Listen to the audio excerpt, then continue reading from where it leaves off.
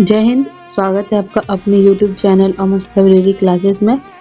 अभी आधुनिक भारत के इतिहास का सीरीज चल रहा है, जिससे जुड़े भी कई सारे चैप्टर का वीडियो अपलोड कर दिया गया पिछले वीडियो में।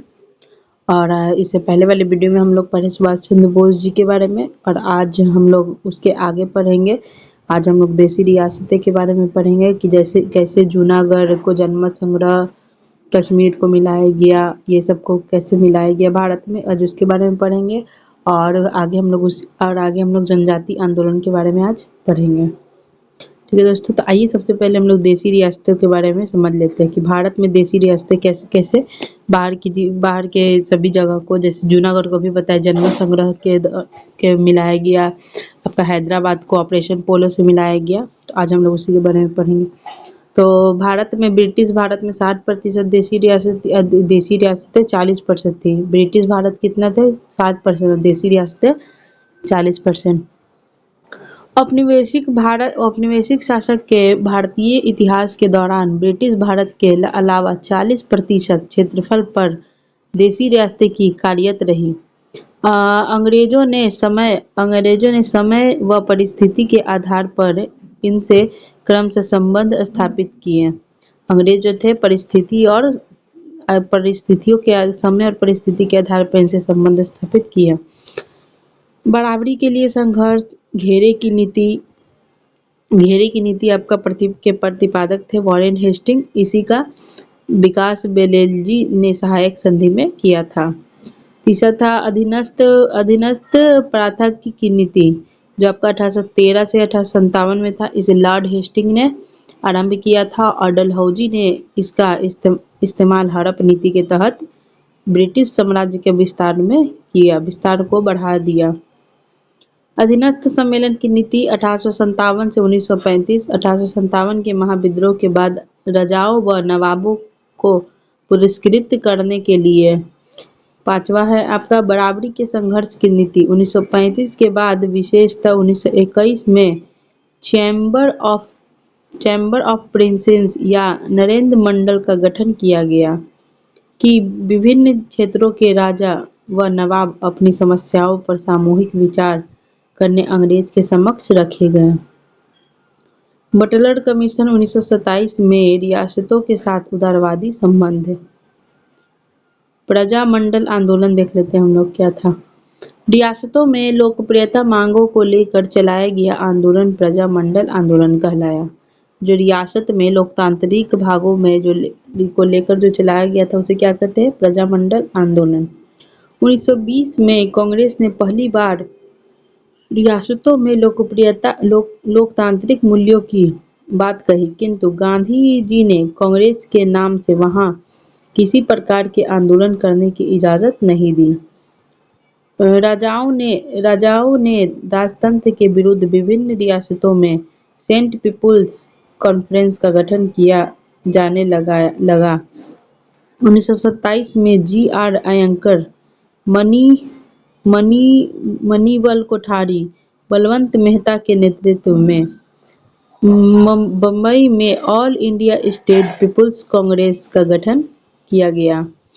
इस आंदोलन को शीर्ष पर ले आया। 1939 के एआईएसपीसी की अध्यक्षता में नेहरू ने की थी और भारत छोड़ो आंदोलन के समय गांधी ने रियासतों में लोकतांत्रिक भागों का समर्थन कर दिया। प्रजामंडल आंदोलन के दौरान कुछ कृषक आंदोलन भी चल रहे थे, जिसमें विजय सिंह पाठक के नेतृत्व में राजनाथ का बिजौलिया आंदोलन काफी चर्चित रहा।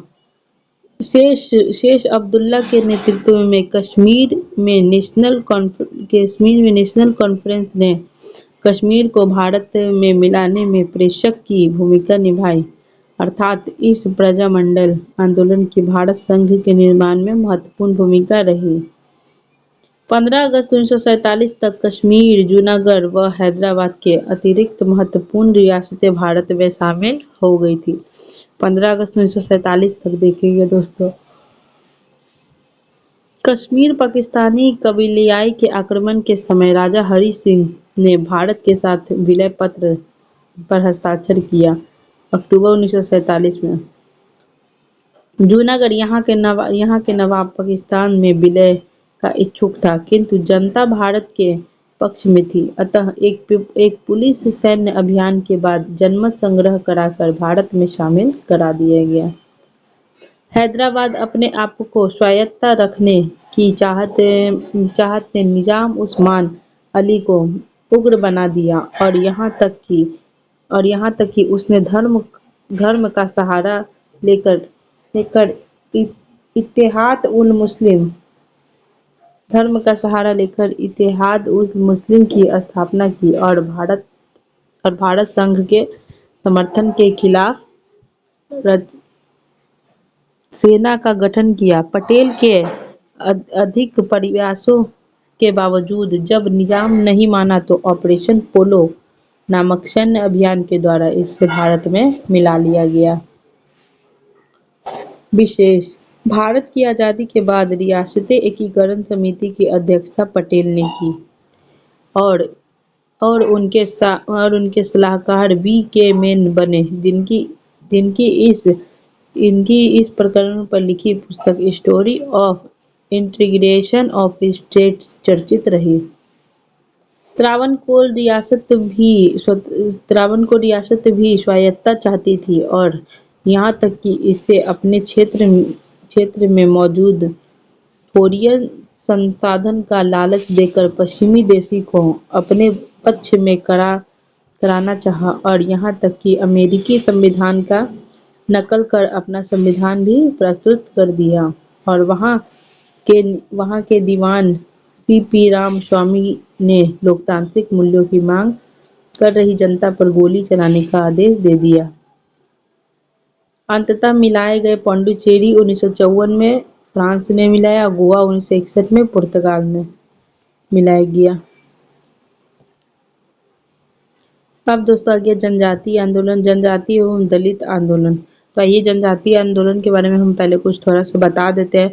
जैसे जनजातीय आंदोलन में आपका अस्थाई विद्रोह हुआ था, सन्यासी विद्रोह हुआ था, संथाली विद्रोह हुआ था, पागलपंथी विद्रोह, अहोम विद्रोह, खासी विद्रोह, रामोसी, कुका, मुंडा, ये सब विद्रोह किसमें आता है? तो जनजातीय विद्रोह में, जनजातीय आंदोलन में ये सब आता है। तो आइए पहले इसको हम थोड़ा सा बता देते हैं, फिर इसको लाइन बाय लाइन पढ़ देंगे। तो सन्यासी विद्रोह सबसे पहले देखेंगे कहाँ हुआ था। तो सन्यासी विद्रोह आपका बंगाल से प्रारंभ हुआ था। ठीक है दोस्तों, ये सवाल पूछा जाता है कितने बार कि सन्यासी विद्रोह कहाँ था। तो सन्यासी विद्रोह आपका बंगाल से प्रारंभ हुआ था और संथाली विद्रोह आपका झारखंड से प्रारंभ हुआ था। ठीक है, यहाँ झारखंड के जो राजमहल की पहाड़ी से शुरू हुआ था। कब? 1956 में। ठीक है, 1956 में ये शुरू हुआ था। और फिर अहोम विद्रोह आपका असम में शुरू हुआ था। और इसके जो ये थे नेतृत्वकर्ता थे गोमधर कुंवर थे। फिर पागलपंथी विद्रोह भी आपका बंगाल में हुआ था। ठीक है, और इसको शुरू किए थे आपका 1825 में कर्ण शाह ने। पागलपंथी विद्रोह 1825 में कर्ण शाह ने शुरू किए थे। फराइसी विद्रोह भी आपका बंगाल में शुरू हुआ था और इसको शरीदुल्ला करके थे एक। ठीक है, शरीदुल्ला और एक दादू मियाँ थे, उन्होंने शुरू किया। फिर खासी विद्रोह आपका मेघालय में हुआ था। खासी विद्रोह मेघालय में खासी की पहाड़ी से शुरू हुआ था और इसका नेतृत्व तो तीरथ सिंह थे, उन्होंने किया था। रामोसी विद्रोह महाराष्ट्र में हुआ था। ठीक है, महाराष्ट्र के जो पश्चिम घाट में शुरू हुआ था और इसका नेतृत्व चित्तर सिंह ने किया था। और कूका विद्रोह पंजाब में शुरू हुआ था। एक कुकी भी होगा दोस्तों जो कि मणिपुर में था। ठीक है, ये कूका पंजाब में हुआ था और इसका नेतृत्व भगत जवाहर मल ने किया था। और फिर मुंडा विद्रोह एक और हुआ था, ये झारखंड में हुआ था। मुंडा विद्रोह झारखंड में। फिर ताना भगत आंदोलन, ये भी झारखंड में आपका हुआ था। ताना भगत आंदोलन को नेतृत्व करने वाले थे जतारा भगत। ठीक है, इनका भगत मिलेगा तो हम लोग इसको एज ए ट्रिक याद कर लेंगे। ठीक है दोस्तों, तो बस यही था, इसके बारे में बता दी। अब हम इसको लाइन बाय लाइन पढ़ेंगे। जनजाति विद्रोह। इतिहास लेखक की परंपरा में 1970 के बाद सब अलर्ट स्कूल चर्चा में आया, जिनके नीचे से इतिहास लेखन अर्थात श्रमिकों जनजातियों की इतिहास में भूमिका को आधार बनाया गया।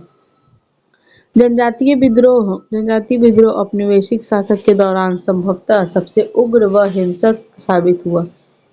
इन विद्रोहों के निम्नलिखित कारण थे। पहला, जनजातीय लोग अपनी मूल संस्कृति व परंपरा के साथ जीना चाहते थे और वे सभ्यता व विकास के प्रयास से दूर रहना चाहते थे। जंगल और उस पर आधारित संसाधन ही उन्हें सबसे लोकप्रिय होता था। जब अंग्रेजों ने इसमें हस्तक्षेप किया तो विद्रोह स्वाभाविक था। जब अंग्रेज ने जो इसमें हस्तक्षेप करेंगे तो विद्रोह तो स्वाभाविक होगा।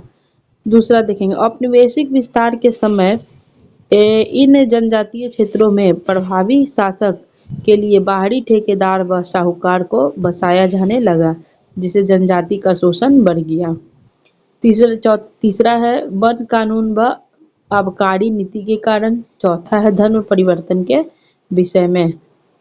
अब देखते हैं हम लोग संथाल विद्रोह। सबसे पहले अभी हमने भी बताया, यहाँ पर भी संथाली विद्रोह लिखा हुआ है। 1955-56 में आपका संथाल विद्रोह था। यह विद्रोह मुख्यतः राजमहल की पहाड़ी और भागलपुर के बीच केंद्रीय था।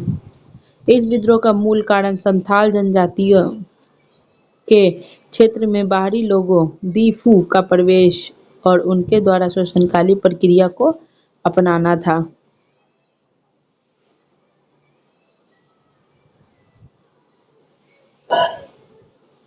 सिंधु व कान्हू के नेतृत्व में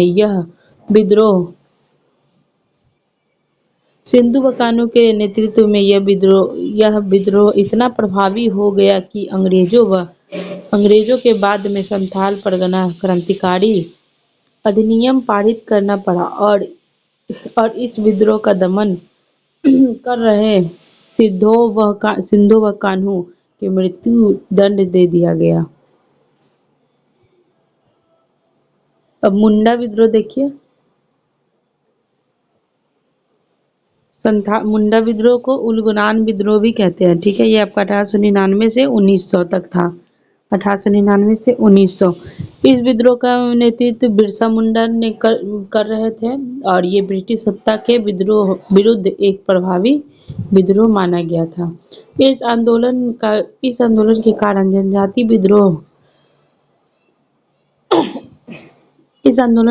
जनजाति विषयों में बढ़ते हस्तक्षेप व शोषण के अतिरिक्त धर्मांतर का विषय था और यहाँ तक कि मुंडा भी ईसाई धर्म अपना चुके थे, किंतु बाद में आक्रोशित हो उठे। बिरसा मुंडा ने अपने आप को देवपुत्र घोषित किया और कहा कि मैं तोप के गोले को पवित्र पानी से बदल दूंगा। देखिए दोस्तों, यहाँ पर बिरसा मुंडा बहुत बड़ा बात कहा है कि मैं तोप के गोलों को पवित्र पानी में बदल दूंगा। यह इतना तीक्ष्ण विद्रोह था कि कुछ समय के लिए इस क्षेत्र में ब्रिटिश शासन लुप्त हो गया था। ताना भगत देखें दोस्तों। 1914 में छोटा नागपुर क्षेत्र में ताना भगत के नेतृत्व में एक सांस्कृतिक आंदोलन के रूप में इसकी शुरुआत हुई। इसके नेतृत्वकर्ता बलराम व देव मुनिया भगत भी शामिल थे। इस आंदोलन की विशेषता यह रही कि आदिवासियों की इस विद्रोह आंदोलन में गांधी के सहयोग व सविनय में भी बढ़ चढ़कर हिस्सा लिया। पागलपंथी विद्रोह। पूर्वोत्तर क्षेत्र में एक धार्मिक समुदाय के रूप में 1825 में पागलपंथी का उदय हुआ, जो सत्य समानता व भाईचारे को प्रसारित करना चाहता था। इस नेतृत्वकरण व उसके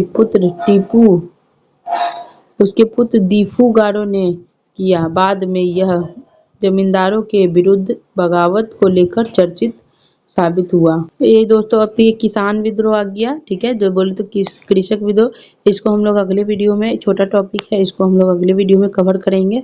ठीक है दोस्तों, तो आज का वीडियो आप लोगों को कैसा लगा? अच्छा लगा तो जरूर अपने दोस्तों को शेयर करें, कमेंट करें और चैनल को सब्सक्राइब करें। Thank you.